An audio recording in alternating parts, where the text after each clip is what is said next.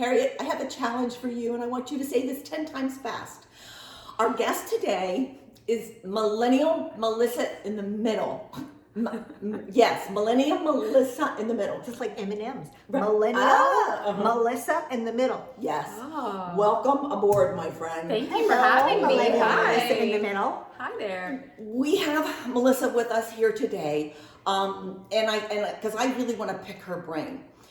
For those of you that follow us on social media, and maybe just me separately, I posted 2 days ago. I actually shared something that somebody put up, and it said, basically, millennials are having anxiety because of Secret Santa at work.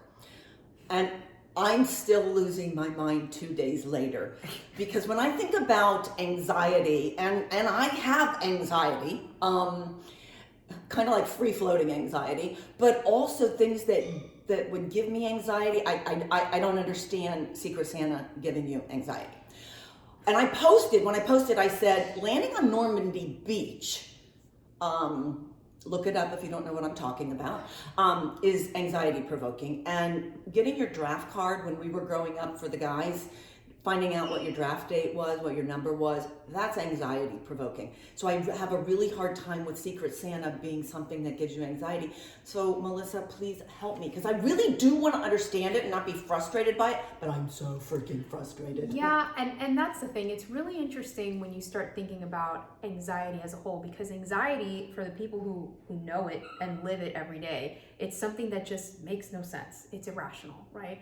And I think a lot of times what people don't understand is that everybody has different anxieties and different things that trigger them or that make them worried, right? So in the workplace, it might be that they're worried about what type of gift they're going to give and what that might make them look like or appear like, or maybe they don't show that they care enough, or maybe they care too much, or maybe they're being too eager in the workplace. And especially as a woman, we're always so guarded about what we look like and how we present ourselves. But I also think millennials are a different breed, and I know there's going to be haters out there, but I like to distance myself from the millennial tag. I am on the cusp of the older side, but it's a different time, right? There are different things and different struggles that we have. So we may not have had our loved ones going off to Vietnam, but we live in the mass shooting era, which is something that's terrifying, and it's real, and it's happening right now.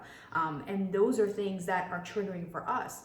We live in a highly digital world where we do have the magazines and we have all of that, but it's exploded, and you can't run away from media. It's following you on Facebook. It's following you on Instagram. You see it trending on Twitter. And I think what might be happening now is that it's just all too much. And the connectivity, which is wonderful and keeps us connected to loved ones far away, and the era of the FaceTime is wonderful to say hello to your grandpa who's living in Nebraska.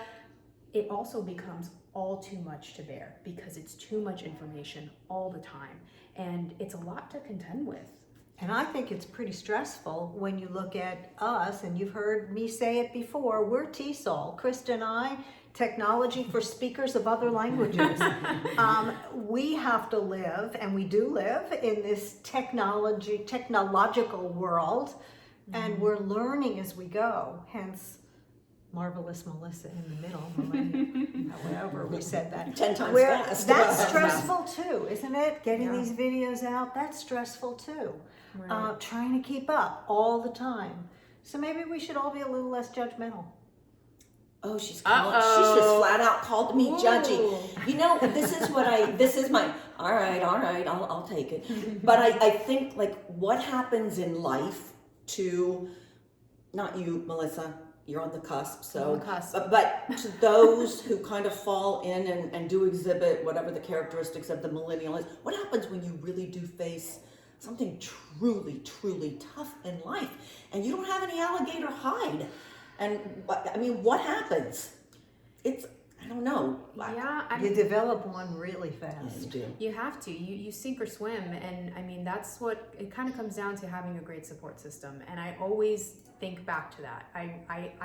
It pains me to know that there are people, regardless if you're in the millennial category or any other season of your life, where you don't have a support system. That doesn't mean it has to be your mom or your dad. It can be a friend, it can be a cousin, it can be a neighbor, somebody that you can lean on. but some people don't.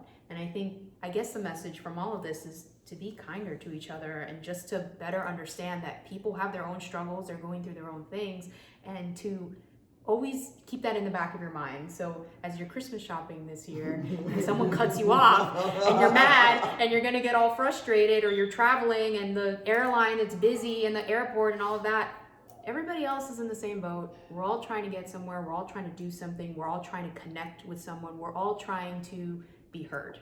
I think that's really it. Give us your feedback. Tell us your story. Yeah. Right underneath here on Facebook or YouTube or wherever you're following us. Yeah. Give us your comments. We want to hear from you. And give us a shout out if you're also an older millennial that's on the cusp, because I know there's a lot of us, so don't pretend. I know that there's people that are ashamed to be called millennials too, so comment below and let us know. You know, people are attacking boomers too these days. I know. Okay. Bye, guys. Bye.